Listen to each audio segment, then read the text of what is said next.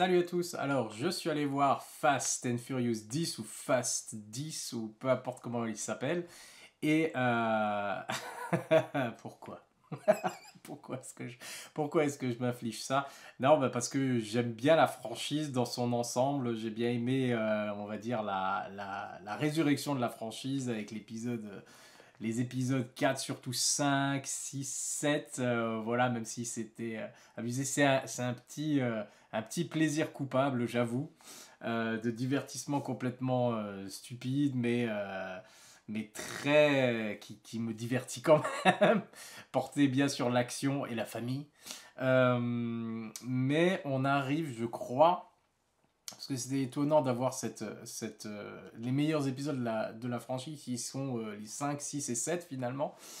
Et là, avec 8, 9, on redescendait un petit peu. Avec le 9, on redescendait beaucoup avec un film carrément, enfin, où ils sont carrément dans l'auto-parodie, quoi. Ils- c'est comme si c'était des parodies finalement des autres Fast and Furious, souvent encore plus loin. Ils mettent les bouchées doubles sur les dialogues vaseux et la famille et les trucs comme ça. Enfin bref, on dirait qu'ils essayent plus vraiment, que c'est de la paresse finalement. Et ils continuent malgré tout à vouloir en faire toujours plus. Heureusement pour cet épisode 10, je dois dire, c'est une amélioration, ce qui est pas peu dire, c'est une amélioration par rapport au précédent, du coup, à l'épisode 9. Et par amélioration, je veux dire qu'il n'y a personne qui va dans l'espace cette fois. Et c'est à peu près ça, quoi. Sinon, honnêtement, le film est bien trop long par rapport à ce qu'il propose. Et bien sûr, il se finit sur un cliffhanger, puisque c'est Fast 10, c'est prévu en 2 épisodes. Ils font un peu leur Avengers. Avengers Infinity War, ça c'est leur Infinity War, et le prochain ce sera Endgame, mais on sait très bien qu'il y en aura encore un après, donc on verra où ils veulent vraiment aller avec ça. Et du coup, pour cet épisode 10, bah, ça se finit en cliffhanger forcément, mais même pas genre il y a une conclusion à cette partie-là, et là, il n'y a rien comme conclusion du tout, ça s'arrête en plein milieu d'une grosse scène d'action, d'un gros truc et tout, et c'est genre à suivre. Donc voilà, ça c'était vaseux.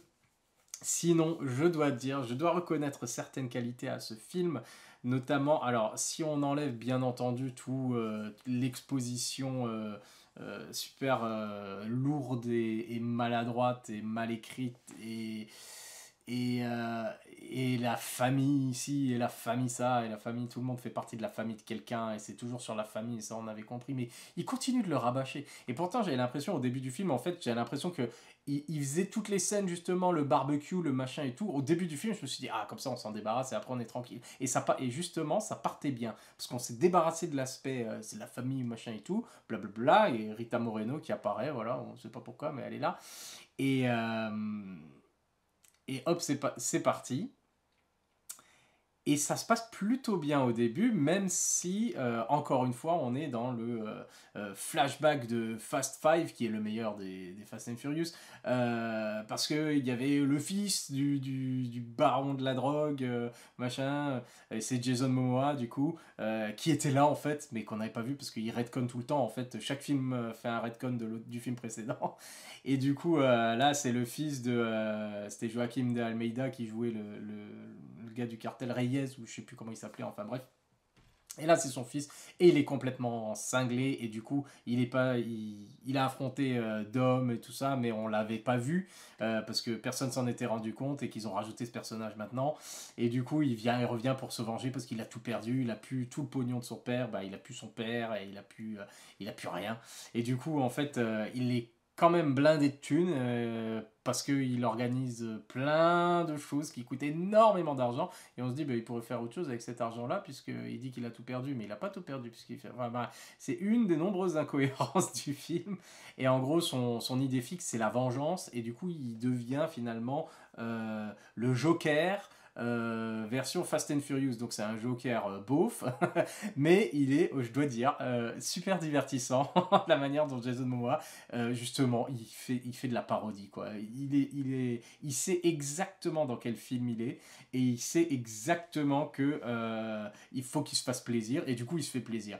Et franchement, je dois dire, ça fonctionne. C'est une parodie de gros méchants, justement, des années 80, des films des années 80-90, et ça, honnêtement, j'apprécie. J'ai apprécié ce côté-là, parce qu'ils y vont à fond, ils se prennent pas du tout au sérieux, et du coup j'ai trouvé ça très fun. Après, bien entendu, c'est genre le Joker, le mec il a tout prévu, il a 4 coups d'avance sur tout le monde, il y a des trucs, enfin, il veut faire souffrir Dominique Toretto, donc ce qui explique que, et souffrir toute la famille et tout ça, ce qui explique qu'en fait il tue pas grand monde au fur et à mesure, parce qu'il veut juste s'amuser avec eux, et il veut jouer avec sa proie, quoi.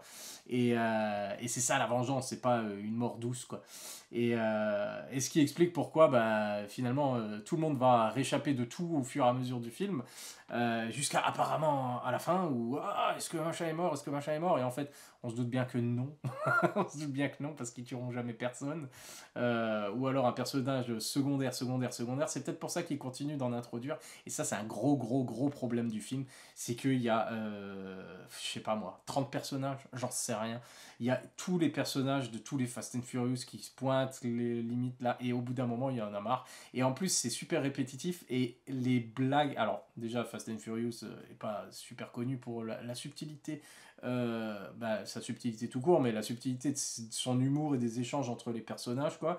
Et là, c'est vraiment, on touche le fond, on dit, bon, voilà, Roman et Tej, machin, là, ils se prennent la tête, machin, et j'ai l'impression qu'en fait, ils disent aux acteurs d'improviser une connerie le jour du tournage. Et puis voilà, c'est jamais drôle, c'est toujours lourd, c'est toujours là, ils essaient de faire de l'humour, mais ça fonctionne pas. Et donc, et ces personnages-là, en fait, ils servent que à ça, parce qu'il y a pas grand-chose à faire pour eux dans le film. Euh, Ils ont, je sais pas, 2 hackers alors qu'un suffirait. Ils ont, tout le monde sait se servir d'un flingue maintenant. Ils savent tous se battre, voilà. Enfin, bah, ça devient super fatigant, parce qu'on voit pas. Il y a franchement 30-40 minutes de trop dans ce film, et on pourrait voilà, dégager certains personnages, arrêter de les faire revenir à chaque fois. Peut-être pour un film, les personnages là ils ont autre chose à foutre, ils sont ailleurs, quoi. Voilà. Et toujours, alors c'est pour ça qu'il y a toujours ce scénario incohérent et truc, où, parce qu'on a l'impression que les scénaristes enfin ils essayent peut-être même plus, quoi, mais c'est genre il faut trouver vraiment un truc à faire à chaque personnage, et donc ça rallonge tout ça et on s'en fiche en fait, alors que il y a des nouveaux personnages qui sont introduits. On se dit mais arrêtez d'introduire des nouveaux personnages, mais à la limite c'est ces personnages là qui sont finalement le plus intéressant au fur et à mesure, même s'ils sont assez caricaturaux, etc. Et puis c'est toujours, à chaque fois qu'il y a un nouveau personnage, non mais la folie, quoi, chaque fois qu'il y a un nouveau personnage, c'est oh machin, c'est la sœur de machin de il y a quelques années, ah c'est bah là c'est le fils du méchant d'il y a quelques années, c'est la fille de Monsieur Personne, parce que il n'est pas là en ce moment, il a disparu. C'est là, tout le monde joue le fils, la fille, voilà. Mais après voilà, c'est la famille, c'est comme ça, hein, c'est Fast and Furious.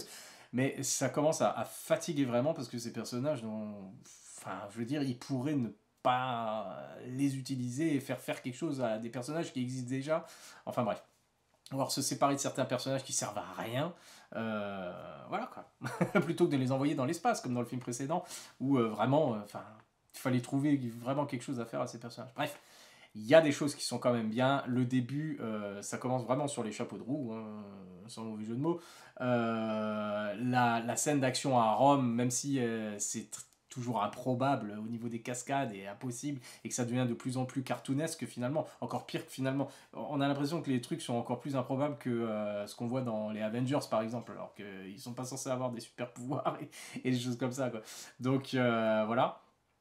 Elle est très divertissante, c'est un peu, ça rappelle un peu, c'est genre le scénario, c'est grosso modo, c'est c'est Dark Knight Rises, il y a une méga bombe à Rome qui va péter, et puis il faut qu'ils arrivent à soit à la désamorcer, soit à la balancer dans l'eau ou un truc comme ça, et tout ça avec les voitures, les motos, les trucs comme ça. Et honnêtement, c'est super bien fait, bravo à Louis Leterrier qui est arrivé pour tourner au pied levé parce que l'ancien réalisateur s'est barré, et du coup, je trouve que la scène là, en tout cas le réalisateur de seconde équipe, la personne qui s'est chargée de tout ça, chapeau quand même parce que c'est très divertissant, c'est complètement fou hein, bien entendu, mais c'est fun et c'est le genre de voilà Fast and Furious que à la limite j'apprécie. Et du coup, dès le début du film, je m'étais dit, je fais ah ah, nous y voilà. Et après finalement, ils recommencent avec toutes leurs conneries de trop de personnages et l'humour qui marche pas et trucs.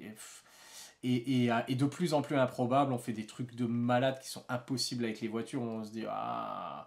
Et parce qu'ils se disent au bout d'un moment, je crois, ils ont tout fait quoi. Ils ont tout fait et du coup, par rapport à ce qu'ils ont déjà fait, ils se disent oh bon, maintenant qu'on a déjà, on a envoyé 2 gars dans l'espace, il a déjà utilisé la voiture avec comme un grappin dans la montagne ou je sais pas quoi. Ils doivent se dire après tout ce qu'on a fait, on n'est plus à ça près. Et c'est dommage parce que moi, j'espérais qu'ils allaient redescendre voilà, d'un cran dans la folie, s'intéresser un peu plus je sais pas, un scénario un peu plus carré et être un peu plus spectaculaire mais crédible, on va dire. Et ça, c'est dommage parce que c'est au début à la limite, mais après, ça part de nouveau dans le n'importe quoi. Et dans le genre sous-intrigue qui sert à rien, il y a tout le truc avec Michel Rodriguez qui se retrouve dans une prison de haute sécurité avec Charlize Theron ou je sais pas quoi, et tout ça, ça va nulle part. Si, ça va quelque part, et je vais en parler parce que... Mais spoiler, du coup, voilà, hein, on balance les spoilers. Personne ne meurt dans Fast and Furious déjà, et ça pose un gros problème aussi de cohérence parce qu'il faut se débarrasser de certains personnages. Le personnage de Paul Walker, je comprends qu'ils aient refusé, enfin qu'il est parti à la retraite et qu'il veut plus apparaître. Mais pourquoi sa sœur est toujours là? Sa sœur, non sa sœur, la sœur de Dom est toujours là et du coup la femme de Brian est toujours là et toujours truc. Alors que Brian c'est genre non, je veux pas risquer la vie de ma famille et tout. Alors que sa femme, elle est toujours là et dans les scènes d'action et en danger et trucs comme ça. Donc ça n'a aucun sens.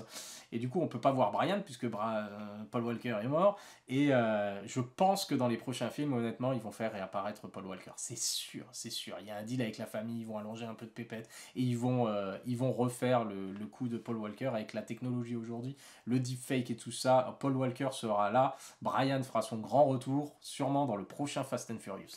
Voilà, j'en suis quasi sûr. Parce que tout le monde revient, tout le monde revient, tout le monde revient. The Rock revient. Euh, Dwayne Johnson qui n'allait pas revenir et tout, mais maintenant qu'il a fait un beat chez DC, le revoilà. Ou alors ils sont rabibochés avec Vin Diesel. Revoilà The Rock pour le prochain film, pas dans ce film-là, mais pour le prochain film. Revoilà, bien entendu. John Cena, le méchant du film précédent, c'est toujours ça. Le méchant du film précédent, il revient. Charlize Theron, c'est la méchante d'il y a 3 films, et elle revient encore. Enfin bref, ça n'arrête pas les retours. Et là, qui c'est qui débarque en sous-marin? Gal Gadot. Non mais sérieusement quoi. Elle est morte depuis pareil 3 films et puis non, elle est pas morte en fait. Et on n'en peut plus. Ils ont fait revenir Anne, ils ont fait revenir Gal Gadot, ils ont fait revenir tout le monde. Et voilà. Une des bonnes choses de ce film-là, je vais dire, quand je dis parmi les bonnes idées qu'il y a dans le film, c'est il y a toute une partie, une sous-intrigue justement avec le fils de Dom. Et ça, ils auraient dû partir là-dessus. Ils auraient dû partir là-dessus. Mais bien sûr qu'ils auraient dû partir là-dessus. Le truc le plus important pour Dom, c'est son fils, c'est la famille, et c'est son fils. Alors, oui, faut kidnapper le gosse et tout, mais il aurait fallu faire ça de manière un peu plus rapide et subtile. Et au niveau du scénario, bien entendu. Mais il y a toute une partie justement où Dom se rend compte que son fils est en danger et il envoie du coup le méchant du film précédent avec qui c'est rabiboché comme d'habitude. Il envoie John Cena du coup. Et John Cena, il l'assure dans toutes les scènes où il est, parce qu'il apporte ce côté justement aussi un peu comique, qu'on a pu voir dans Peacemaker notamment. Et, euh, et vraiment, je trouve que les scènes avec Oncle Jacob, du coup, et le gamin, qui se font poursuivre, qui essayent d'échapper aux méchants, etc., finalement, c'était ça, limite, ce qui m'a intéressé le plus, c'est ce que je trouvais le plus sympa et le plus divertissant, parce que c'était, on va dire, basé sur voilà, des émotions crédibles, quelque chose auquel on peut s'identifier encore, et voilà, plutôt que euh, des méchants qui surjouent, des traîtres, des trucs, des scènes d'action qui sont pas crédibles du tout. Et là, il y avait des interactions sympas entre personnages, entre les deux personnages, et ça, j'ai bien aimé, quoi. Voilà. Sinon, tous les personnages qui arrivent, ils auraient pu servir à quelque chose, mais malheureusement, ils ont tellement pas le temps, parce qu'il faut toujours qu'il y ait un autre personnage qui ait quelque chose à faire, et il faut faire avancer le truc et tout. Et en fait, c'est tellement confus tout ça, c'est vraiment, le scénario est vaseux. Mais la moitié du film est divertissante. La moitié du film est divertissante, et c'est un meilleur film que Fast and Furious 9. Voilà, même si ça se finit un peu en cliffhanger et qu'on se doute bien que voilà, les personnes qui ont l'air d'être mortes sont bien sûr pas mortes et reviendront dans le prochain. Euh, voilà quoi, il y a des choses intéressantes par-ci par-là. Quelques bonnes idées de mise en scène, quelques bonnes idées. Il y a l'utilisation maintenant, ils utilisent tous des drones, bien sûr. Et là, j'ai trouvé que c'était plutôt pas mal utilisé. Ça faisait des bons effets, ça faisait des belles scènes d'action qui sont bien lisibles. Ça, en général, Fast and Furious, voilà, les scènes d'action sont assez lisibles. Et ça, c'est toujours appréciable. Et là, ça reste le cas encore. Donc, bien. Over the top, bien entendu. Super improbable, voire impossible. Cartoonesque, clairement. Mais il y a quelques bonnes choses quand même dans ce film-là. Voilà. Bien entendu, comme un abruti, je vais aller voir le prochain. Et, parce que je veux quand même voir comment ça se finit tout ça. Mais honnêtement, ils sont en train de tester ma patience. Et je pense que c'est principalement à cause du nombre de personnages, voilà, qui se trouvent dans ces films. C'est réduisez les enjeux, réduisez l'intrigue, réduisez les trucs.